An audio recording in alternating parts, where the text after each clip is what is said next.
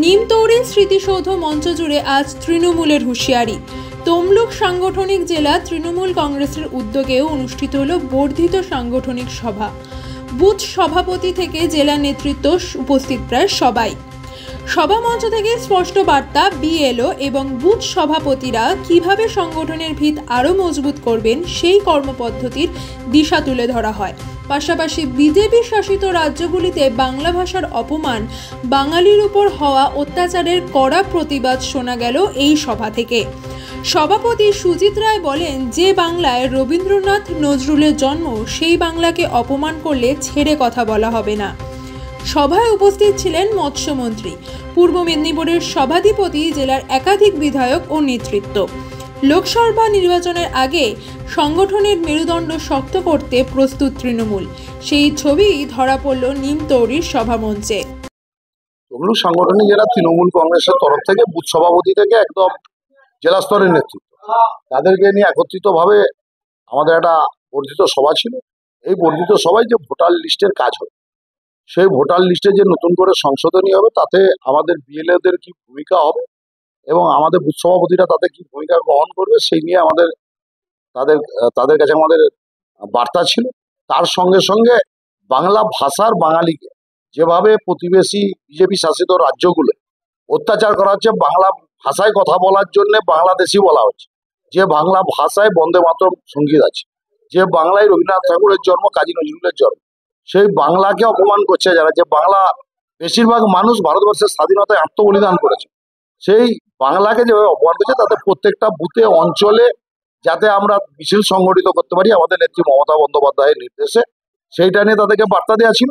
তার সঙ্গে সঙ্গে সারা ভারতবর্ষের মধ্যে বাংলার মুখ্যমন্ত্রী মমতা বন্দ্যোপাধ্যায় যে যুগান্তকারী সিদ্ধান্ত নিয়েছে, যেখানে আমার পাড়া আমার সমাধান, পাড়ার সাধারণ মানুষ, সাধারণ নাগরিক, গ্রামের তারা তাদের কি সমস্যা, কি উন্নয়ন দরকার, সেটা সরকারকে জানাবে, সেই উন্নয়নটা পাবে।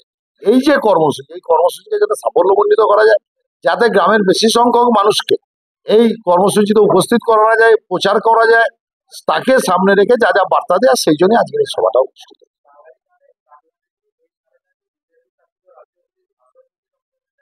শুনুন, 2021 সালে বাংলায় যখন তৃতীয়বারের জন্য বাংলার মানুষ মুখ্যমন্ত্রী মমতা বন্দ্যোপাধ্যায়কে বেছে নিয়েছেন, তখন 100 দিনের কাজের টাকা বন্ধ করে বাংলার মানুষের পেটে মারার চেষ্টা করা হয়েছে। আবাস যোজনার টাকা বন্ধ করা হয়েছে, উন্নয়নের কয়েক লক্ষ হাজার কোটি টাকা বকেয়া, যেটা বাংলার মানুষের প্রাপ্য টাকা। সেই ক্ষেত্রে যখন বাংলার মানুষকে আটকাতে পারছে না, যখন মমতা বন্দ্যোপাধ্যায় 100 দিনের কাজের টাকা দিচ্ছেন, আবাস যোজনায় মানুষকে পাকা বাড়ির ছাদ দিচ্ছে, তখন মমতা বন্দ্যোপাধ্যায়কে না আটকাতে পেরে বাঙালিদের বাংলায় কথা বলার জন্য, যারা বাংলায় বসবাস করে, যারা বাংলা ভাষায় কথা বলে, তাদের উপরে বিভিন্নভাবে আক্রমণ করা যায়, তার আমরা তীব্র নিন্দা জানাই।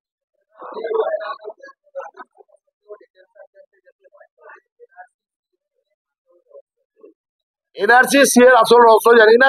যদি পূর্ব মেদিনীপুর জেলার মানুষ, সাধারণ নাগরিক, তিনি যদি বাংলা ভাষায় কথা বলার জন্য, বাংলায় বসবাস করার জন্য তাকে ডিটেনশন ক্যাম্পে বা পুলিশ ক্যাম্পে আটক করা হয় বা পুশব্যাক করা হয় বাংলাদেশি বলে, তাহলে সেই এলাকায় ভারতীয় জনতা পার্টির যে নেতা থাকবে, তার বাড়ির সামনে ধর্ণা করতে তার গায়ে লাগছে। কারণ শুভেন্দু অধিকারী 2020 সালের আগে তিনি নির্বাচনের বৈতরণী পার হওয়ার জন্য মাথায় টুপি পরে সংখ্যালঘুদের সঙ্গে ঘুরতেন। আজকে ভারতীয় জনতা পার্টিতে যোগদান করার পর তিনি তাদেরকে রেঙ্গা বলছেন। তাই তিনি ভারতীয় জনতা পার্টির কাছে নিজের অস্তিত্ব বাঁচানোর জন্য জয় বাংলাকেও স্লোগান দিলে তিনি উত্থিত হয়ে যাচ্ছেন। আমরা হুগলির সেই কর্মীকে, তৃণমূল কংগ্রেসের কর্মীকে স্যালুট জানাই, যিনি একা দাঁড়িয়ে জয় বাংলা বলেছে। আর শুভেন্দু অধিকারী কেন্দ্রীয় নিরাপত্তা বাহিনী দিয়ে তাকে ধাক্কা মারছে। কেন্দ্রীয় নিরাপত্তা বাহিনীকে ধাক্কা মারার জন্য তাকে ভারত সরকার কেন্দ্রীয় নিরাপত্তা বাহিনী দিচ্ছে। শুভেন্দু অধিকারীর এত সৎ সাহস থাকলে কেন্দ্রীয় নিরাপত্তা ছেড়ে আসুক, আমাদের ওই তৃণমূল কংগ্রেসের কর্মী যে জয় বাংলা স্লোগান তুলবে, সেটা শুনলে শুভেন্দু অধিকারী ভয়